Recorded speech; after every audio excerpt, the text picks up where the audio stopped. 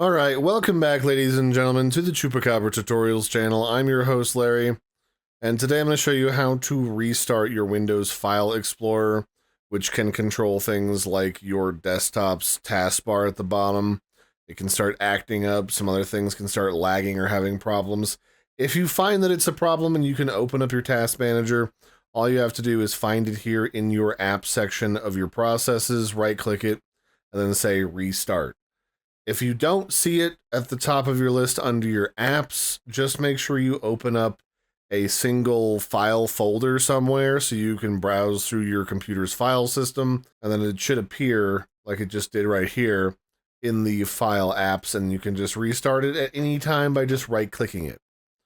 If you're on an older computer and it's being a problem, you can usually end the task on older instances of Windows. You can just hit end task, and then when you do that, you can go to run.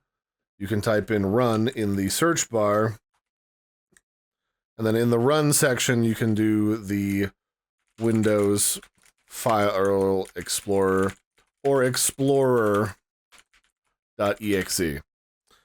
So that'll be it for this one, ladies and gentlemen. I've been your host, Larry. Don't forget to like and subscribe. This has been a brief look at how to restart the Windows File Explorer on 10 and 11. And I'll catch you next time. Bye, everybody, and have a good one.